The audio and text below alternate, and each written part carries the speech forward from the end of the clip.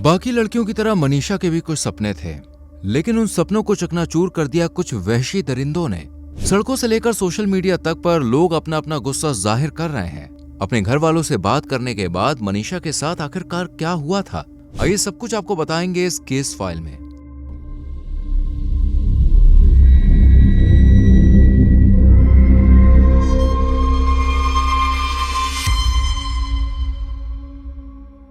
दोस्तों, इस case file की शुरुआत होती है हरियाणा प्रदेश के भिवानी से, जहां ढाड़ी लक्ष्मण नाम का एक गांव मौजूद है, जहां कई परिवार हंसी खुशी रह रहे थे। इन्हीं परिवारों में से एक परिवार मनीषा का भी था, जिसकी उम्र करीब 19 साल के आसपास थी। मनीषा बचपन से ही बहुत होशियार और होनहार लड़की थी, जो पढ़ाई तो मन लगाकर करती ही, साथ ही नर्स बनकर अपने माता पिता का सपना भी पूरा करना चाहती थी। लेकिन मनीषा के पिता संजय के पास इतने पैसे नहीं थे कि वो उसका एडमिशन नर्सिंग कॉलेज में करा सके या फिर उसकी फीस भर सके। इसलिए अब मनीषा ने खुद ही पैसे जुटाने का फैसला किया और एक प्लेवे स्कूल में जॉब लगा ली, जो कि लोहारू के सिंघानी गांव में था। मनीषा के टीचिंग करने से माता पिता को भी कोई ऐतराज नहीं था, बल्कि वो तो अपनी बेटी पर काफी गर्व करते थे, क्योंकि मनीषा ने आज तक कोई ऐसा काम नहीं किया था जिसके चलते उसके पेरेंट्स को शर्मिंदगी उठानी पड़े। इसलिए उन्हें मनीषा पर पूरा भरोसा था। वहीं मनीषा भी स्कूल से छुट्टी होने के बाद सीधे घर ही आती थी। लेकिन 11 अगस्त को कुछ ऐसा हुआ जिसने पूरे देश में गुस्सा भर दिया। दरअसल हर रोज की तरह 11 अगस्त साल 2025 को भी मनीषा प्लेवे स्कूल में जाती है और करीब 11:23 पर अपने पिता संजय को फोन करके उन्हें घर लेट आने के बारे में बताती है,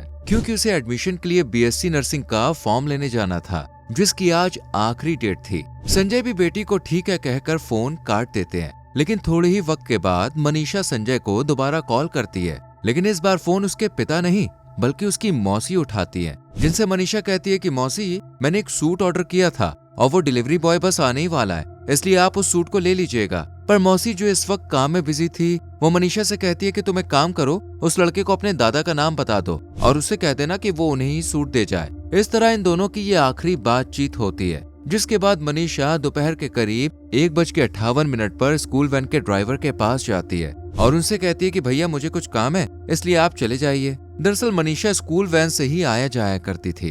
ड्राइवर जब ये बात सुनता है तो वो बच्चों को लेकर यहाँ से चला जाता है, जबकि मनीषा आइडियल मेडिकल कॉलेज पहुंच जाती है, लेकिन शाम के 6 बजे तक घर लौट के नहीं आती, जिस वजह से परिवार वालों को थोड़ी फिक्र होने लगती है कि तभी संजय के पास मनीषा के नंबर से एक मिस्ड कॉल आती है, जिसे वो उस वक्त उठा नहीं पाते। लेकिन जब 10 सेकंड के फासले पर दोबारा उसे कॉल करते हैं तो मनीषा का फोन स्विच ऑफ बताता है। ये देखकर संजय को लगता है कि उनकी बेटी मुसीबत में है, इसलिए वो बिना वक्त गवाए बस पकड़कर फौरन सिंघानी पहुंचते हैं और 112 नंबर पर कॉल करके पुलिस को वहां पे बुला लेते हैं। जिसके बाद संजय बेटी की तलाश में पहले प्लेवे स्कूल जाते हैं, जहां उन्हें पता चलता है कि मनीषा आइडियल कॉलेज में फॉर्म लेने गई थी, इसलिए वो पुलिस को लेकर उसी कॉलेज में पहुंच जाते हैं और बाहर खड़े गार्ड को अपनी बेटी का हुलिया बताकर उसके बारे में पूछने लगते हैं। पर गार्ड इन्हें इनकार करते हुए कहता है कि ऐसी कोई भी लड़की को उसने नहीं देखा। इसलिए संजय अब कॉलेज के अंदर जाते हैं, जहाँ रिसेप्शन पर 3 लोग बैठे हुए थे और ये तीनों ही नशे की हालत में थे। संजय के पूछने पर ये बताते हैं कि ऐसी तो कोई भी लड़की नहीं आई। ये सुनने के बाद संजय उन्हें सीसीटीवी फुटेज दिखाने के लिए कहते हैं, पर स्टाफ ये कहते हुए बात को टाल देता है कि सीसीटीवी रूम बंद हो चुका है और सभी लोग अपने घर जा चुके हैं, इसलिए आप कल आइएगा। हैरानी की बात तो ये थी कि वहाँ मौजूद पुलिस भी स्टाफ से ज्यादा जिद नहीं करती, बल्कि पुलिसकर्मी भी बिना कोई सवाल पूछे कॉलेज वालों से हाथ मिलाकर बाहर आ जाते हैं और संजय से कहते हैं कि हमने अपनी तरफ से पूरी कोशिश कर ली, अब तुम लोहारू पुलिस स्टेशन में जाकर FIR दर्ज कराओ। उनकी बात सुनने के बाद संजय अपने कुछ रिश्तेदारों को लेकर 12 अगस्त की सुबह करीब 8:30 बजे लोहारू पुलिस स्टेशन पहुंच जाते हैं और वहां मौजूद पुलिस कर्मियों से कहते हैं कि साहब, मेरी बेटी कल से लापता है, वो कहीं मिल नहीं रही है, अब आप ही हमारी मदद कर सकते हैं। पर पुलिसकर्मी संजय को दिलासा देने के बजाय उल्टा मनीषा के बारे में ही उल्टा पुल्टा बोलना शुरू कर देते हैं। वो संजय से कहते हैं कि आपकी बेटी कहीं पिकनिक मनाने गई होगी या फिर किसी के साथ भाग गई होगी, इसलिए 1-2 दिन इंतजार कर लो। ये सुनकर संजय की आंखें नम हो जाती हैं और वो पुलिस को जवाब देते हुए कहते हैं कि साहब, मेरी बेटी पर मुझे ही नहीं बल्कि पूरे गाँव को यकीन है कि वो इस तरह की कोई हरकत नहीं कर सकती। इतना कहकर वो रात के करीब 8:30 बजे वापस अपने घर आ जाते हैं। संजय का पूरा दिन आज थाने में ही गुजर गया था लेकिन पुलिस फिर भी इस केस में कोई दिलचस्पी नहीं लेती है। हाँ, एफआईआर जरूर लिखती है पर मनीषा को ढूंढने की कोशिश नहीं करती। इसी बीच 13 अगस्त को लोहारू के सिंघानी गांव में एक नहर के पास लोगों को एक लड़की की बॉडी पड़ी हुई दिखाई देती है, जिसे देखते ही लोग दंग रह जाते हैं और तुरंत ही पुलिस को फोन करके इस मामले की जानकारी देते हैं। जिसके बाद ये एसआई शकुंतला, जो इस केस की जांच अधिकारी थी, वो संजय को फोन करके बताती है कि उन्हें सिंघानी गांव के पास एक बॉडी मिली है, इसलिए वो एक बार यहाँ पर आकर देख ले कि कहीं उनकी बेटी मनीषा तो नहीं है। ये सुनते ही संजय के पैरों तले जमीन खिसक जाती है, लेकिन वो किसी तरह अपने आप को संभालते हैं और कुछ रिलेटिव्स को लेकर फौरन ही घटना स्थल पर पहुंच जाते हैं और देखते हैं कि यहाँ पर एक बॉडी है जो पूरी तरह से सड़ चुकी है। उसकी बॉडी सफेद कपड़े में लिपटी हुई है। बॉडी पर पीले रंग की हाफ स्लीव और राउंड नेक सूट था, जिसमें लाल और नीले रंग की एम्ब्रॉयडरी थी। बस इन्हीं कपड़ों को देखकर संजय फूट फूट के रोना शुरू कर देते हैं, क्योंकि ये उनकी बेटी मनीषा की ही बॉडी थी, जिसे उन्होंने कपड़ों के आधार पर पहचान लिया था। लेकिन उसकी बॉडी जिस हाल में थी उसे देखकर तो पुलिस की भी रूह कांप जाती है। दरअसल मनीषा की दोनों आंखें निकाल ली गई थी। इसके अलावा उसके भोजन और सांस की नली भी गायब थी। साथ ही उसकी गर्दन पर 29 सेंटीमीटर चौड़ा और 16 सेंटीमीटर लंबा एक घाव था, जिसे देखकर ऐसा लग रहा था जैसे किसी ने मनीषा की गर्दन पर तेज धारदार हथियार से कई बार वार किया है। इतना ही नहीं, उसका चेहरा भी पूरी तरह से बिगड़ा हुआ था और सलवार फटी हुई थी, जिस वजह से सभी को ऐसा लगता है कि मनीषा के साथ कुछ गलत काम हुआ है। खैर, पुलिस अब बॉडी को अपने कब्जे में लेकर पोस्टमार्टम के लिए भिवानी सिविल हॉस्पिटल में भेज देती है, जिसके बाद रिपोर्ट में खुलासा होता है कि मनीषा ने जहर खाकर अपनी जान दे दी। जहां पहले उसके साथ कुछ गलत होने की संभावना जताई जा रही थी, लेकिन पोस्टमार्टम में इसकी पुष्टि नहीं हो सकी। पर मनीषा के घर वालों का कहना था कि वो अपनी जान नहीं दे सकती, इसलिए मनीषा का दोबारा से पोस्टमार्टम किया जाए ताकि सच्चाई का पता लगाया जा सके। मेरे को है ना उसका न्याय चाहिए है जी। मैं उस चीज को नहीं मानता कि मेरी बेटी आत्महत्या कर देगी, और उन्होंने सारी मेडिकल टीम ने ये दिखाया कि उसने आत्महत्या की है। मैं कहता हूँ कि उसने आत्महत्या की है नहीं है। मेरे को इससे ये है कि मेरे को उस बेटी का न्याय चाहिए जी। आपको दबाया भी गया हुआ है, प्रशासन दबाया भी है आपने? प्रशासन ने दबाया है, कमेटी ने मेरे को दबाया है।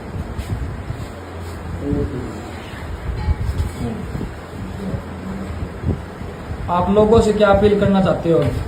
लोगों से यही अपील करना चाहता हूँ कि मेरी बेटी के न्याय के लिए जितना भी वो हो सके सहयोग करें जी। जिसके बाद मनीषा की बॉडी को रोहतक के पीजीआईएमएस हॉस्पिटल में भेज दिया गया, जहां डॉक्टर्स ने खुलासा किया कि मनीषा ने जहर खाकर ही अपनी जान दी है। इसके अलावा गले के आगे और पीछे दोनों तरफ घाव पाए गए हैं, जिनमें जानवरों द्वारा काटने और कुतरने जैसे निशान हैं। और ये सभी चोटें उस वक्त दी गई जब मनीषा जिंदा थी, पर उसकी बॉडी पर सीमन के कोई निशान नहीं मिले, जिससे ये साफ हो गया कि मनीषा के साथ कुछ गलत काम नहीं हुआ है। वहीं पुलिस को बॉडी के पास एक नोट भी मिलता है, जिसमें लिखा हुआ था कि मेरे माता पिता दुनिया के सबसे अच्छे पेरेंट्स हैं। मैं डॉक्टर बनना चाहती थी, अगर मैं ना रहूं तो उनका ध्यान रखना। इस नोट की लिखावट को परिजनों ने मनीषा की लिखावट बताया और एफएसएल जांच में भी ये बात साबित हो गई। इसके अलावा पुलिस ने जब 16 अगस्त को सीसीटीवी कैमरे खंगाले तो सामने आया कि मनीषा ने एक दुकान से मोनोस्प्रे नाम का पेस्टिसाइड खरीदा था, जिसका जिक्र विसरा रिपोर्ट में भी किया गया है। जिसके बाद पुलिस ने भी यही माना कि मनीषा ने पेस्टिसाइड का सेवन करके अपनी जान दी है। लेकिन परिवार ये बात मानने के लिए राजी ही नहीं है, बल्कि उनका कहना है कि मनीषा की जान ली गई है और पुलिस इस मामले को दबाने की कोशिश कर रही है। इसलिए पोस्टमार्टम के बाद परिजनों ने बॉडी लेने से साफ इनकार कर दिया और कहा कि जब तक आरोपी नहीं पकड़े जाते तब तक बॉडी नहीं ली जाएगी। इसके बाद अस्पताल के बाहर लोगों ने धरना प्रदर्शन शुरू कर दिया। ढाणी लक्ष्मण में मातम और गुस्से का माहौल छा गया। लोगों ने भिवानी और आसपास की मुख्य सड़कों को जाम कर दिया और इस प्रदर्शन में स्कूल स्टूडेंट्स, बड़े बुजुर्ग सभी लोग शामिल थे। वहीं भिवानी और चरखी दादरी में ग्रामीण आंदोलन कर रहे थे। साथ ही सोनीपत में भी जनता का गुस्सा फूट पड़ा। बुधवार को बड़ी संख्या में महिलाएं सड़कों पर उतर आईं और सोनीपत गोहाना मुख्य मार्ग पर जाम लगा दिया। महिलाओं ने कहा कि प्रशासन उन्हें सड़क से हटाने में जुटा है, लेकिन बेटी को न्याय दिलाने के लिए ठोस कदम अभी तक क्यों नहीं उठाए गए। उनका आरोप है कि पुलिस और प्रशासन मामले को सही ढंग से नहीं देख रहे हैं। महिलाओं ने सवाल किया है कि जब तक सीबीआई जांच और एम्स पोस्टमार्टम की रिपोर्ट साफ नहीं हो जाती, तब तक न्याय की उम्मीद कैसे की जा सकती है। इसके अलावा प्रदर्शनकारियों ने भिवानी पुलिस प्रशासन की भूमिका पर भी गंभीर सवाल उठाए। उनका कहना है कि शुरुआती जांच में लापरवाही से पूरा मामला और उलझ गया। परिवार और ग्रामीणों का आरोप है कि मनीषा की जान ली गई है। लेकिन पुलिस इसे ये बता रही है कि मनीषा ने अपनी जान दी है। ऐसे हालात में जनता का भरोसा पुलिस पर से उठ गया है। इतना ही नहीं, महिलाओं ने कहा है कि अगर सरकार और पुलिस ऐसे मामलों को गंभीरता से नहीं लेगी तो हालात इतने बिगड़ जाएंगे कि बेटियों का घर से बाहर निकलना मुश्किल हो जाएगा। उन्होंने चेतावनी दी है कि सरकार जल्द से जल्द सख्त कदम उठाए, वरना आंदोलन और तेज किया जाएगा। बढ़ते आक्रोश और धरना प्रदर्शन को देखते हुए प्रशासन को भीड़ को काबू करने के लिए कई इलाकों में भारी पुलिस बल तैनात करना पड़ा। हालात बिगड़ते देख सरकार ने भिवानी और चरखी दादरी जिलों में 48 घंटे तक मोबाइल, इंटरनेट, SMS सेवाओं को बंद रखने का आदेश दिया।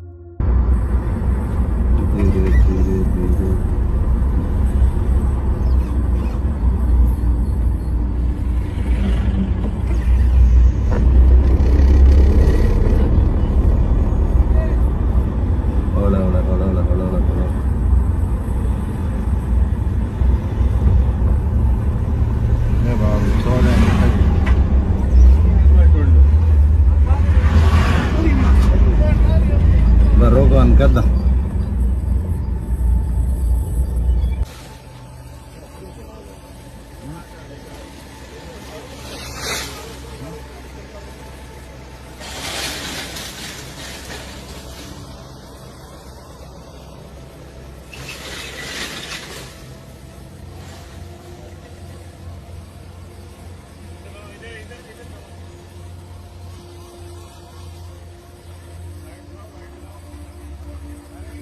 लेकिन इसके बावजूद लोगों का गुस्सा बढ़ता ही गया। उनका कहना था कि अगर पुलिस वक्त पर मनीषा की तलाश में जुट जाती तो शायद आज वो जिंदा होती, पर पुलिस ने कोई एक्शन नहीं लिया और ना ही मनीषा को ढूंढने की कोई कोशिश की।